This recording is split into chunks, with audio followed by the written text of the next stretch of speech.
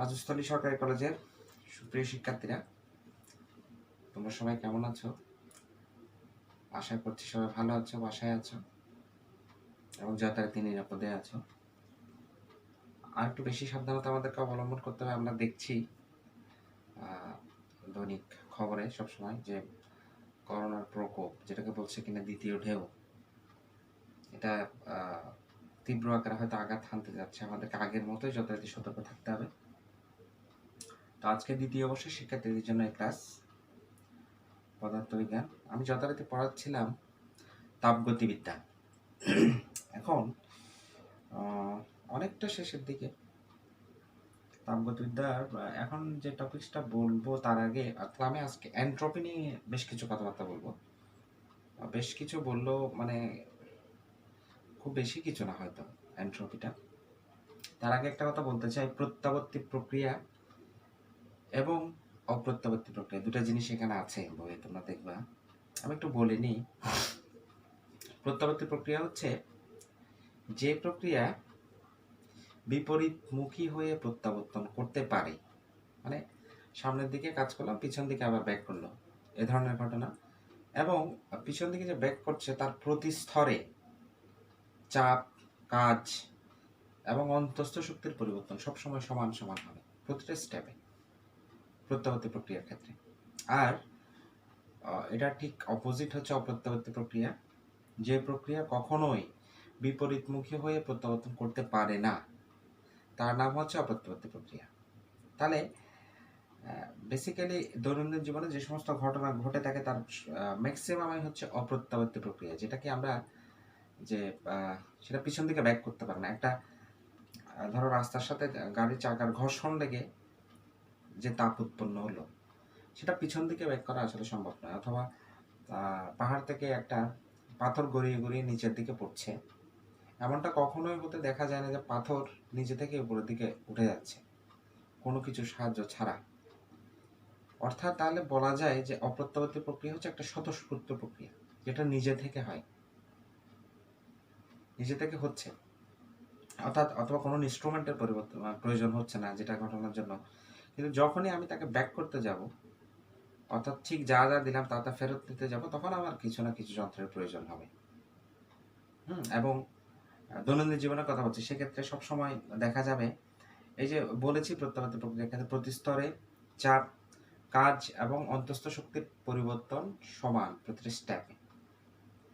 যাওয়ার সময় যেমন যেমন ঘটেছিল, আসার সময় ঠিক তেমন তেমন ঘটতে হবে। ঘটে, যদি ঘটে তখন সেটা প্রত্যাবর্তী, আর না ঘটলে কেন ঘটছে না তাহলে? এই যে বলছি প্রতিস্তরে তাপ, মানে চাপ, কাজ, অন্তস্থ শক্তির পরিবর্তন, তাহলে এগুলো সবসময় দেখা যায় কি ইকুয়াল ইকুয়াল হয় না। তার জন্যই হচ্ছে সাধারণ দৈনন্দিন জীবন যে সমস্ত ঘটনা যেগুলো কিনা স্পন্টেনিয়াস, ওগুলো কখনোই প্রত্যাবর্তী হয় না, এগুলো সবসময় অপ্রত্যাবর্তী প্রক্রিয়া। আচ্ছা, গেল। দুটোর পার্থক্য দেয়া আছে বইয়ে, পড়ে নিবে। এন্ট্রপি নিয়ে বলি। এন্ট্রপি লিখছি, এন্ট্রপি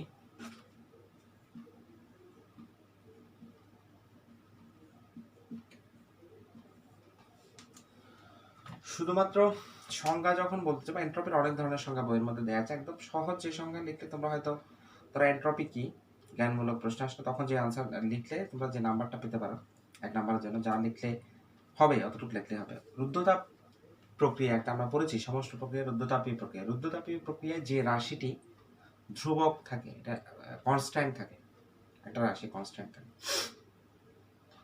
এগুলো আগের ক্লাসে বলেছি রুদ্ধতাপীয় প্রক্রিয়া ডিটেলস। যে রাশিটি কনস্ট্যান্ট থাকে ওটাই হচ্ছে এন্ট্রপি, এক কথায়। এখন এন্ট্রপিকে আসলে কিভাবে প্রকাশ করবো, তো ইকুয়েশনে কিভাবে করবো? এখানে আমরা শুরুতেই এই চ্যাপ্টার যখন শুরু করেছি তখন এই সিস্টেম, একটা কথা বারবার বলেছি, সিস্টেম, তাপগতীয় সিস্টেম, কয় ধরনের সিস্টেম সেটাও বলেছি, বদ্ধ সিস্টেম, উন্মুক্ত সিস্টেম, আরও 3 ধরনের সিস্টেমের কথা আমরা বলেছি। তাহলে এখানে ধরো একটা বস্তু আর কি, একটা বস্তু সে প্রাথমিক স্টেট অবস্থা বোঝানো যায় এতে ছিল, তাহলে সে করেছে কি খুবই ক্ষুদ্র তাপ। আমরা সবসময় ডিফারেন্সিয়ালের ভাষা ইউজ করে থাকি, এখানে ডিফারেন্সিয়েট খুব ছোট বোঝানোর জন্য আমরা গণিতের টার্ম ইউজ করি, ডিফারেন্সিয়েট। তাহলে খুব ক্ষুদ্র পরিমাণ তাপ ডেল কিউ গ্রহণ করে সে এ স্টেটে পৌঁছালো, এস এ থেকে এস বি, তাহলে তার অবস্থার পরিবর্তন হচ্ছে এটাই আসলে এন্ট্রপি। আচ্ছা যাই হোক আসছি, তাহলে তাপমাত্রা তখন তার কি ছিল, ধরো কথার কথা তার তাপমাত্রা তখন ছিল টি। তাপমাত্রার কোনো বস্তু এস এ অবস্থা থেকে ডি কিউ বা ডেল কিউ পরিমাণ তাপ গ্রহণ করে যদি এস বি কন্ডিশনে যায়, তখন আমরা এন্ট্রপিকে লিখতে পারি কি ডেল এস ইকুয়াল টু, এটার অন্য ভাষা হচ্ছে এটার পার্থক্য আর কি, S B minus S A, এভাবে লিখে যাচ্ছে ইকুয়াল টু, ঠিক আছে। এটা হচ্ছে সাধারণ সমীকরণ লিখলাম। আচ্ছা, সমীকরণ লেখার পরে এখন আমি এটাকে আর একটু এক্সপান্ড করবো। এই কোয়েশ্চেনকে এক্সপান্ড কিভাবে করছি দেখো। এক্সপান্ড করার নিয়ম হচ্ছে, ধরো এখন আমি তাকে অন্যভাবে একটু লিখতে চাই, মুছে দিলাম,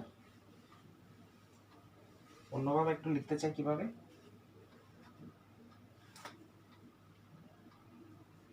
ধরো এখানে বাদ দিলাম। এখন আমি একটু ক্যালকুলাস প্রয়োগ করব, অথবা পুরো সিস্টেমের জন্য পুরো বস্তুটা একটা ক্ষুদ্র তাপ দিয়েছি, টোটাল তাপের পরিবর্তন। আমরা সবসময় বলি কি পুরো জিনিসটা ক্যালকুলেশন করার জন্য আমরা সবসময় ইন্টিগ্রেশন ইউজ করি। ইন্টিগ্রেশনের দিকে যাচ্ছি, দেখো এটাকে ভাষা আমরা একটু চেঞ্জ করবো, তখন এখানে লিমিট ইউজ করতে হয় গণিতের ভাষায়।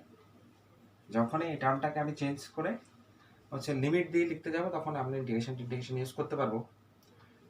তখন ডেল্টা টি টেন্স টু 0, সময়ের ব্যবধান খুব শূন্যের কাছাকাছি হলে ম্যাথমেটিক্স এগুলো করবো। এখানে লিমিট ইউজ করছি না, কিন্তু ওই কন্ডিশন অনুযায়ী আগাচ্ছি। কিভাবে এটা পার্থক্য ধরার জন্য বুঝছি, পার্থক্য বোঝানোর জন্য দিলাম আর কি। তাহলে এটাকে আমরা তখন লিখবো D S equal to D Q divided by T. খেয়াল করো এই কন্ডিশন, আমি ইন্টিগ্রেশন থেকে আগাচ্ছি আস্তে আস্তে।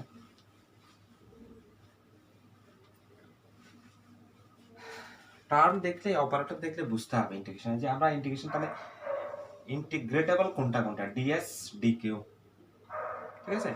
ডিকিউ কে একটু চিন্তা করি আমরা। এই যে প্রথমেই যখন পড়েছিলাম আমি লিখেছি, মনে করবা যে আপেক্ষিক তাপের সমীকরণ লেখার সময় আমরা চিন্তা করছিলাম কি লিখবো, তখন একটা ইকুয়েশন লিখেছি Q equal to M S delta theta, আছে ডেল্টা টিটা, এখানে আমরা ডি টিটা লিখবো, কিউ এখানে ডি কিউ ডি টিটা লিখবো। তাহলে দেখো ডিএস ডি কিউর জায়গায় লিখতে পারি এম এস ডিটি। ডিটি কেন লিখছি বলছি, এটা ইন্টিগ্রেশনের সুবিধাতে ডিটি লেখা। লিমিট ইউজ করতে হয়, আমরা এখানে লিমিট ইউজ করছি না। তাহলে দেখো পার্থক্য আছে এস এর মধ্যে, দেখো এ এস ডিএস দেয়া আছে, এটা এস এ পরিণত হবে। এস মানে হচ্ছে এন্ট্রপি, এ এস হচ্ছে স্পেসিফিক হিট মানে আপেক্ষিক তাপ। তাহলে দেখো আগে একটু ভাগ করে নিই, এই দেখো এম এস এই ডিটি বাই টি, দেখেছো অপারেটর এসছে আমার হাতে, ঠিক আছে, আমার হাতে অপারেটর এসছে। এখন আমি ইন্টিগ্রেশন করতে পারবো, কিভাবে করছি, ডিএস ডিএস কে ইন্টিগ্রেশন করছি,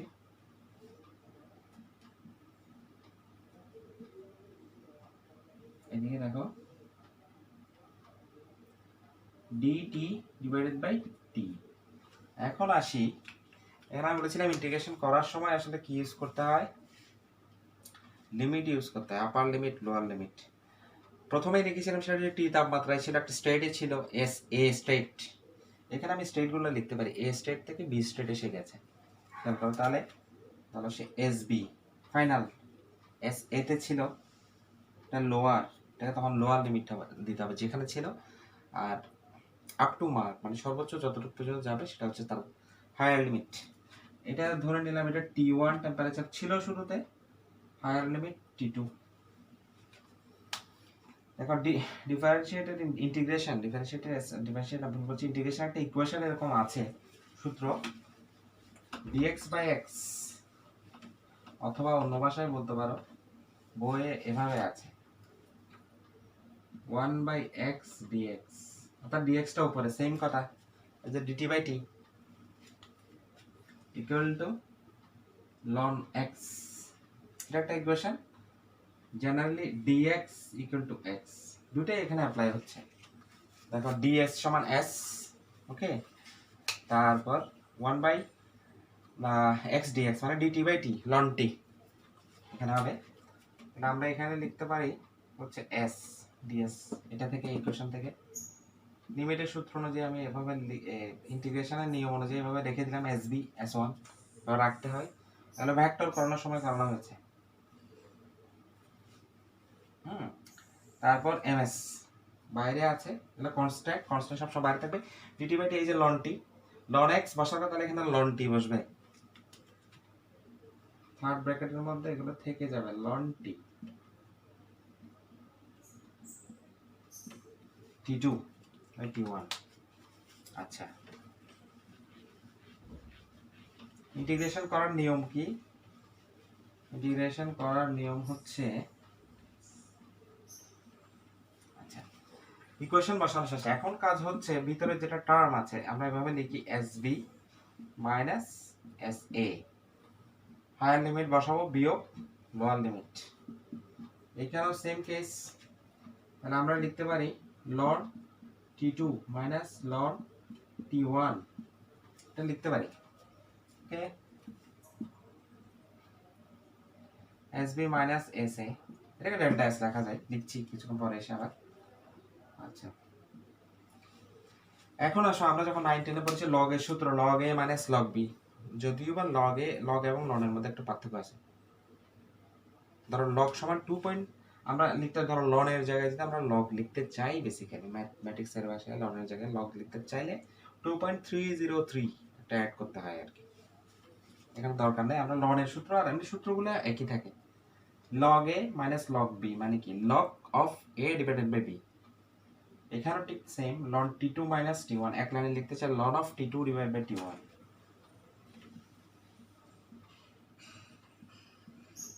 এই ঠিক আছে, sb মাইনাস sa, এটা ফাইনাল ইকুয়েশন। তো অঙ্ক আসার সময় যখন ম্যাথমেটিক্যাল টার্ম আসবে অথবা এগুলো সলিউশন যখন আসবে তখন আমাদেরকে কোথাও sb মাইনাস sa এখানে সরাসরি দেয়া থাকতে পারে এনট্রপির পরিবর্তন, অথবা শুধু এনট্রপি বলা থাকতে পারে, তাহলে এই টার্মটা ইউজ করব। টেম্পারেচার অবশ্যই ম্যাথের মধ্যে দুটো দেয়া থাকবে, একটা থেকে সে আরেকটা আপ করেছে, স্পেসিফিক হিট আপেক্ষিক তাপ, ঠিক আছে, আর এটা ভর, এই ইকুয়েশনে ইউজ হবে ম্যাথের ক্ষেত্রে। অথবা ইন জেনারেলি শুধুমাত্র ds equal to dq by dt, এটাও হতে পারে কন্ডিশন বুঝে, ঠিক আছে। এবং প্রথম দিকে যে অঙ্কগুলো করেছিলাম আমি, ওই যে একটি বরফ তাপ গ্রহণ করে আপার স্টেটে যায়, এই ধরনের অঙ্কগুলো অবস্থার পরিবর্তন, ওগুলো এই অঙ্কের সাথে সবসময় লিঙ্কড থাকে, যে তাপের পরিবর্তন হলো, সে এভাবে তাপ গ্রহণ করলো, বাষ্প হলো, কথার কথা, এখন এন্ট্রপিক মোট পরিবর্তন, এন্ট্রপিক পরিবর্তন হিসাব করো, এভাবে আসবে অঙ্ক। এবার কিছু কথাবার্তা যেটা হচ্ছে বুঝতে হবে এন্ট্রপিটা কি। বলা হচ্ছে এন্ট্রপি হচ্ছে বিশৃঙ্খলার পরিমাপ, একটা কথা নোট করো, বিশৃঙ্খলার পরিমাপ, মুখে বলছি লিখছি না, শুনো। আর একটা জায়গায় বলা হচ্ছে এন্ট্রপি কিভাবে বাড়ে, এন্ট্রপি আসলে কি। তো বলছে এন্ট্রপি মানে হচ্ছে জগতের ক্রমশ তাপমাত্রা বৃদ্ধি পাওয়া, ওকে মেনে নিলাম। একটা প্রশ্ন আসবে দেখবা, জগতের তাপীয় মৃত্যু বলতে কি বুঝো? আচ্ছা, একটা কথা সবাই অবশ্যই স্বীকার করবে, এটা জানার জন্য অবশ্যই ফিজিক্স জানতে হয় না, যে পৃথিবীর তাপমাত্রা ক্রমশ বৃদ্ধি পাচ্ছে, ডেফিনেটলি তাপমাত্রা বৃদ্ধি পাচ্ছে, তার মানে এন্ট্রপি বৃদ্ধি পাচ্ছে, একই কথা। আবার কিছুক্ষণ আগে বলছে এন্ট্রপি মানে বিশৃঙ্খলার পরিমাপ, তার মানে জগতের বিশৃঙ্খলা বাড়ছে। এবার আসি গোড়া থেকে, ধরো আমরা সাধারণত কি দেখি, তাপমাত্রা যে বাড়ছে এটা একটু খেয়াল করো। গরম পানি বাইরে রাখলাম ডেকসি চুলা থেকে নামিয়ে, সে কি হয় কিছুক্ষণ পরে রুম টেম্পারেচারে চলে আসে, তাহলে চলে আসে মানে সে তাপ কোথায় দিচ্ছে, এনভায়রনমেন্টে দিচ্ছে বা অ্যাটমসফিয়ারে দিচ্ছে, তাপমাত্রা ছাড়ছে, মানে আশেপাশের পরিবেশ গরম হয়ে যাচ্ছে, কিন্তু হিসেবে তার অল্প একটা পানি ডেকসি দিয়ে সেটা হয়তো বুঝবে না। হ্যাঁ, যখন কিনা বড় দাওয়ারটা অথবা বড় বড় ডেকসি যখন হবে গরম চুলা থেকে, তখন বুঝবে আশেপাশে যে গরম হয় সেটা। যাই হোক, তাপমাত্রা বাড়ছে, ঠিক আছে? তো তাপমাত্রা বাড়তে বাড়তে বাড়তে বাড়তে বিজ্ঞানীরা ধারণা করছে এমন একটা সময় আসবে যখন তাপমাত্রা আর প্রকৃতির তাপমাত্রা আর বাড়ার সুযোগ নাই। কেন সুযোগ নাই বুঝতে পেরেছ? কখন বাড়বে না? যখন আমার তাপমাত্রা আর পরিবেশের তাপমাত্রা সমান সমান হয়ে যাবে, তখন আমি যা দিব সে তখন তা নিতে পারবে না, তখন সেটা ইকুইলিব্রিয়ামে চলে আসবে, সাম্যাবস্থায়। তার মানে তাপ তাপ তখন আর কাজে পরিণত হবে না। এটাই বেসিক্যালি, সবগুলো একটার সাথে একটা লিঙ্কড। এখন তাপ কাজে পরিণত হওয়া, এটা হচ্ছে তাপগতিবিদ্যার প্রথম সূত্র। ঠিক আছে? তাপ যখন আর কাজে পরিবর্তন করা যাবে না, তখন আমরা পড়াবো সামনে তাপীয় ইঞ্জিনের মেইন কাজ কি। হ্যাঁ, তো ওই সমস্ত কোনো কিছুই আর দুনিয়াতে কাজ করবে না।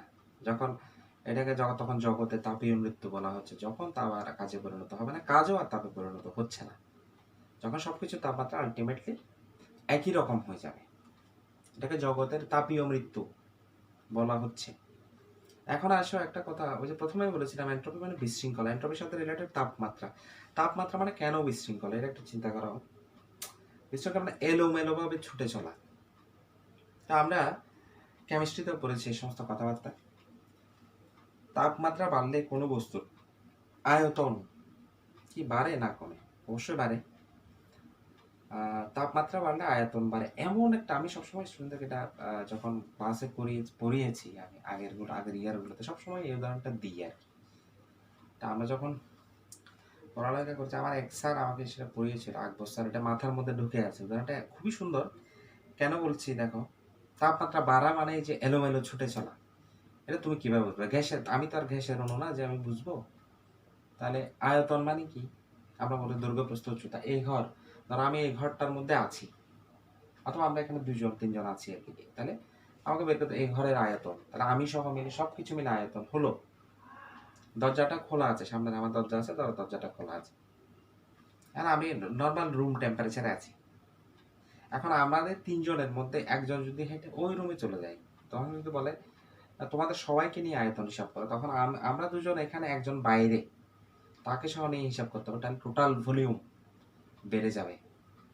এখান থেকে ছড়িয়ে সামনের রুমে চলে গেল। তাহলে তাপমাত্রা বাড়লে কিভাবে হচ্ছে সেটা বুঝার কি উপায়? এই ঘরটার মধ্যে আছি আমি, হঠাৎ করে দেখা যাচ্ছে ঘরের কোনায় আগুন ধরে গেল। আগুন যদি ধরে যায়, আমরা কি করবো? আমরা কি এখানে দাঁড়িয়ে থাকবো আগুনে সিদ্ধ হওয়ার জন্য? Definitely not. আমরা দৌড়িয়ে অন্য জায়গায় চলে যাবো। মানে এলোমেলো ছুটে চলা যেটাকে বলে, মানে বিশৃঙ্খল হয়ে পড়বো, দৌড়াদৌড়ি করবো, ছুটাছুটি করবো, অন্য করে ডেফিনেটলি যাবো, অবশ্যই এখানে বসে থাকবো না। তো যে কোনো গ্যাসের অণুগুলো একটু বেশি এলোমেলো। ঠিক আছে? তো এরকম, তাহলে তাপমাত্রা যখন বাড়ছে, তার মানে কি, যে কোনো পদার্থের অণুগুলোই একটু বিশৃঙ্খল হয়ে পড়ছে। ঠিক আছে? তার মানে টেম্পারেচার ফাইনালি আমাদের এনভায়রনমেন্টে বাড়তে থাকা মানে স্টেবিলিটি নষ্ট হয়ে যায়, বিশৃঙ্খল হয়ে যাচ্ছে সবকিছু। এন্ট্রপি বিশৃঙ্খলার পরিমাপ, এই জন্যই বলছে, বইয়ের মধ্যে অনেক জায়গায় লেখা আছে, দেখবে। তাহলে দুটো কোয়েশ্চেন কিন্তু একদম কনফার্ম যে এন্ট্রপি কি, জ্ঞানমূলক। ঠিক আছে? এগুলো তো অঙ্ক দিয়ে আসবে। দেন আসতে পারে হচ্ছে ওই জগতের তাপীয় মৃত্যু বলতে কি বুঝো, অনুধাবনমূলক, খুব কমন কোয়েশ্চেন। ঠিক আছে? এই ইকুয়েশন দিয়ে অঙ্ক করাবো সামনে ক্লাসে। এন্ট্রপিটা একটু ভালো করে করবে, তারপর আমি তাপীয় ইঞ্জিন পড়াবো, কার্নোর প্রত্যাবর্তী চক্র পড়িয়ে তারপর দ্য এন্ড, তারপর ম্যাথমেটিক্স করাবো। তাহলে এন্ট্রপিটা ভালো মতো করো, আর একটু বই খুলে দেখো। ঠিক আছে? ধন্যবাদ।